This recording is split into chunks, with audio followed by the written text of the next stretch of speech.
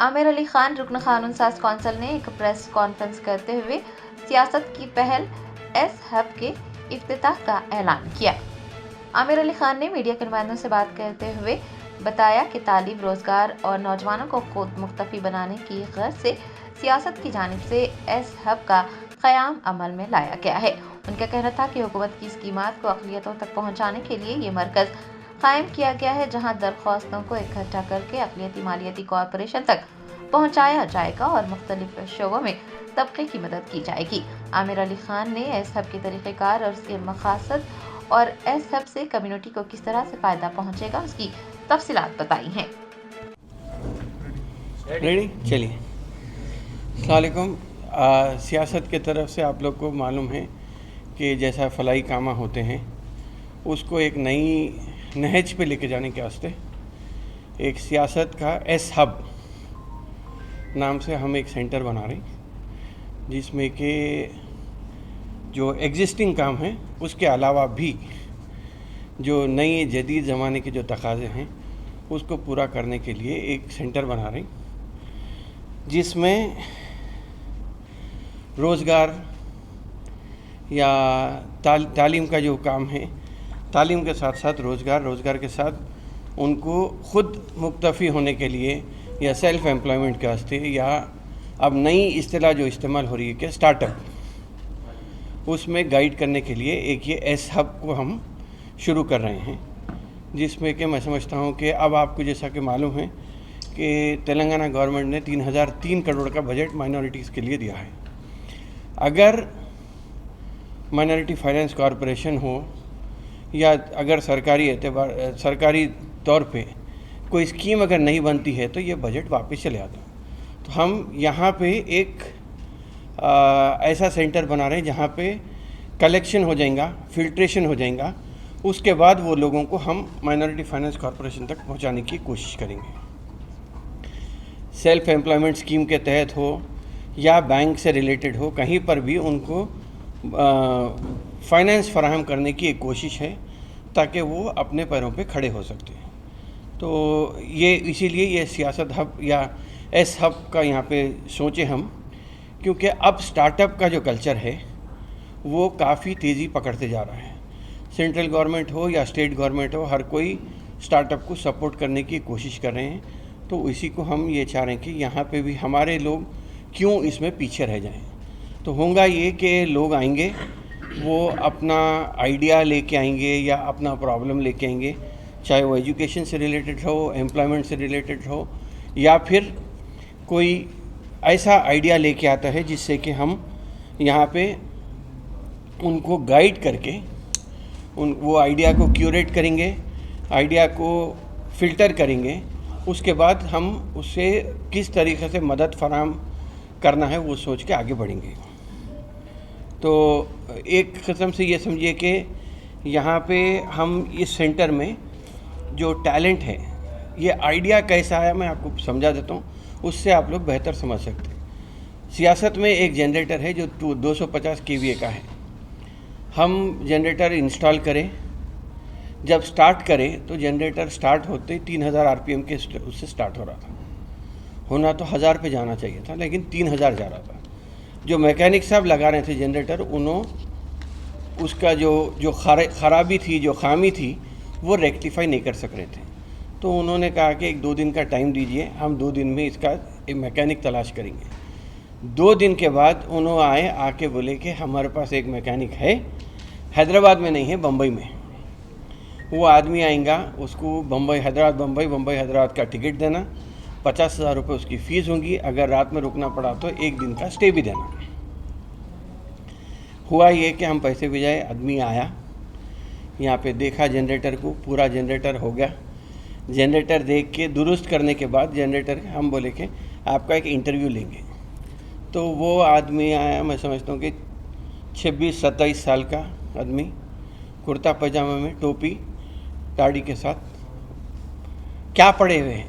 तो बोले मैं कुछ नहीं पढ़ा हूँ, वालिद साहब डीजल मैकेनिक है, मैं उनके पास बैठ के देख के डीजल इंजन रिपेयर करना सीखा, वैसे ही मैं जनरेटर की फील्ड को अपना लिया और उसमें महारत हासिल कर लिया। आज मैं रिलायंस के लिए काम करता हूँ, जो ऑयल रिग ख़राब हो जाती समंदर में, मेरे को हेलीकॉप्टर में वो लोग लेके जाते हैं, मैं वहाँ बना देता हूँ, फिर वापस ला के छोड़ देते, 50,000 रुपये पर विज़िट मिलता। तो मैं ये समझता हूँ कि ऐसे बहुत सारे लोग हैं हमारे पास, मुसलमान कौम में, पुराने शहर में रहो या कोई दूर के अजला में रहो, तो इन लोगों को तलाश करने की एक ज़रूरत है। ये हम 2014 में भी एक 14-15 में भी एक स्कीम शुरू करे थे, जिसमें 2 लोगों का इंतखाब करना चाह रहे थे, एक ज़हीन और एक शरीर बच्चा। ज़हीन बच्चे को माली मदद दे दिए तो उसको जो पढ़ना है उसको मालूम है, उन्हें वहाँ तक पहुँच जा सकता।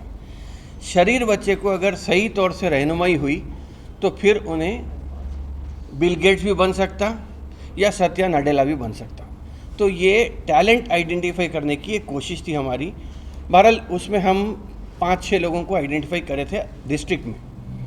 शहर में वो चीज़ नहीं हो सकी।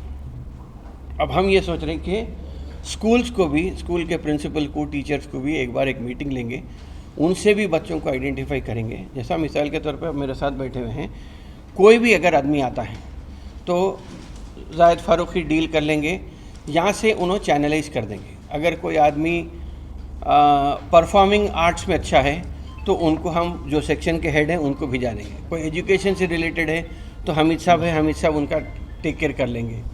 या कोई दूसरा अगर कोई मसला है, कोई एक आइडिया लेके आता है तो रेस्पेक्टिव आदमी के पास भिजा देंगे, ताकि वहाँ से हम उसको लेके उसका डिटेल्स जब हमारे पास आ जाएंगे तो कैसा उसको मदद करना, कैसा फराहम करना। दूसरी चीज़ ये है कि देखिए, माइनॉरिटी फाइनेंस कॉरपोरेशन के बहुत सारे स्कीम्स हैं, लेकिन स्कीम पैसे लेके कामयाब होना होते नहीं होते ये एक डाउट रहता। तो हम कोशिश ये करेंगे कि कोई बैंक से अगर टाई अप हो सकता, अगर स्कीम गवर्नमेंट की स्कीम मंजूर नहीं हो रही तो बैंक से टाई अप कर देंगे, उसको प्रोटोटाइप बनाने तक हम उसकी मदद करेंगे। उसका आइडिया अगर जनरेट हो जाता है तो फिर हम करेंगे। जैसा एक मिसाल के तौर पर निर्मल से हम एक बच्चे को लेके आए थे, निर्मल से इमरान को लेके आए थे। इमरान घर में बैठे बैठे सेलफोन बना देता था। सेलफोन से इरिगेशन के पंप सेट को ऑन करना और ऑफ़ करने का भी वो एक सिस्टम बना लिया था। एक सेफ़ लॉकर बनाया था, अलमारी के अतराफ वायर लगा के, अगर आप घर के बाहर जा रहे हैं तो फला खटका ऑन करके चले जाइए, वो अलार्म ऑन रहेगा। कोई अगर तोड़ के बजाय ऑफ़ करके खोलने के अगर तोड़ता है तो सेलफोन पे अलर्ट आ जाएगा।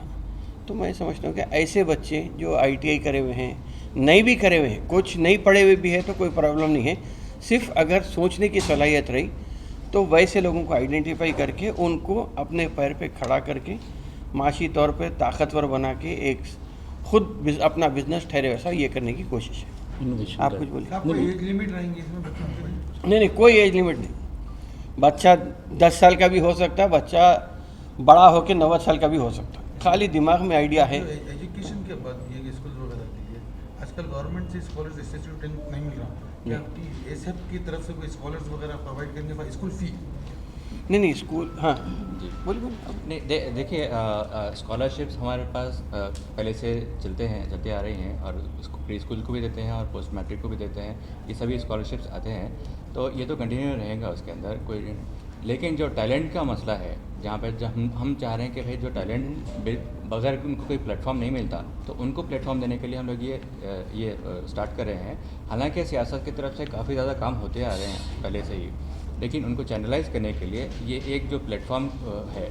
अब जैसा कि साहब ने बताया कि अगर कोई जॉब्स के लिए देते हैं, जॉब के लिए हमारे पास ऐसे बच्चे हैं जो जॉब्स के लिए फिर रहे हैं, उनके पास जॉब्स नहीं हैं, तो हम यहाँ पर बिल्कुल एक जॉब का एक सेल खोल दे रहे हैं। ये एक जो है सियासत हब, वो एक हैदरुल्ला हब रहेगा, उसके अंदर में जो है जॉब का सेक्शन रहेगा, एक हेल्पलाइन का सेक्शन रहेगा, एक स्कॉलरशिप का सेक्शन रहेगा, एजुकेशन का सेक्शन रहेगा। तो वैसा ही तो जॉब्स के लिए हम लोग क्या करें, बड़े कंपनी से टाई अप कर के, या जो टॉमकॉम है, जैसा टॉमकॉम काम करती है, अगर आप लोग मालूम है तो ये जो है मैन पावर प्रोवाइड करने की काम करे, तो उसी नहज पे जो है हम लोग ये सियासत हब खोले हैं। तो इसी के हम लोग आगे बढ़ेंगे इंशाल्लाह ये काम को।